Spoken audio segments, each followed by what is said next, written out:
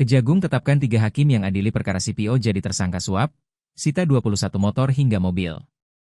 Seusai Ketua Pengadilan Negeri Jakarta Selatan, kini giliran 3 hakim yang ditetapkan jadi tersangka dalam kasus suap dan gratifikasi vonis lepas onslag terhadap terdakwa Korporasi Ekspor Crude Palm Oil, CPO.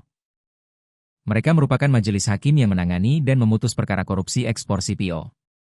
3 hakim tersebut yakni Juyamto selaku Ketua Majelis Hakim, Agam Syarif Baharudin selaku Hakim Anggota dan Ali Muhtarom sebagai Hakim Ad Hoc. Direktur Penyidikan pada Jampitsus Kejaksaan Agung, Kejagung, Abdul Kohar dalam keterangan pada Senin 14 April dini hari mengatakan, para hakim tersebut menerima suap senilai 22,5 miliar rupiah. Uang tersebut diterima para tersangka dalam 2 tahap.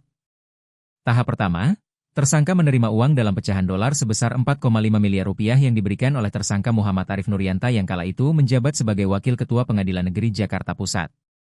Setelah menerima uang dari Arif, tersangka Agam memasukkannya ke dalam goodie bag yang kemudian dibagikan secara merata kepada dirinya, Juyamto dan Ali. Kemudian pada medio September atau Oktober 2024, Arif kembali menyerahkan uang pada Juyamto sebesar 18 miliar rupiah. Uang bernilai fantastis itu kemudian dibagikan oleh Juyamto pada Agam dan Ali di depan sebuah ban BUMN di kawasan Pasar Baru, Jakarta Pusat. Pembagiannya adalah, Agam menerima 4,5 miliar rupiah, Juyamto sebesar 6 miliar rupiah, dan Ali sebesar 5 miliar rupiah, seluruhnya menggunakan pecahan dolar. Terkait sisa uang suap, Kohar menyebut pihaknya masih melakukan penyelidikan. Diberitakan sebelumnya, Kejagung lebih dulu menetapkan 4 orang tersangka dalam kasus suap vonis onslag.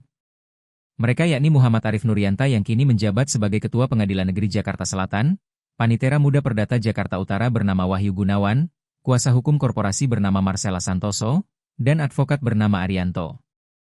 Penyidik menemukan fakta dan alat bukti bahwa Marcella dan Arianto melakukan suap pada Arif sebanyak 60 miliar rupiah.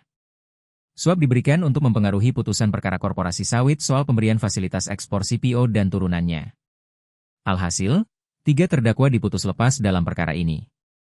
Putusan tersebut jauh beda dengan tuntutan Jaksa Penuntut Umum, JPU, yang menuntut denda dan uang pengganti negara hingga sekira 17 triliun rupiah.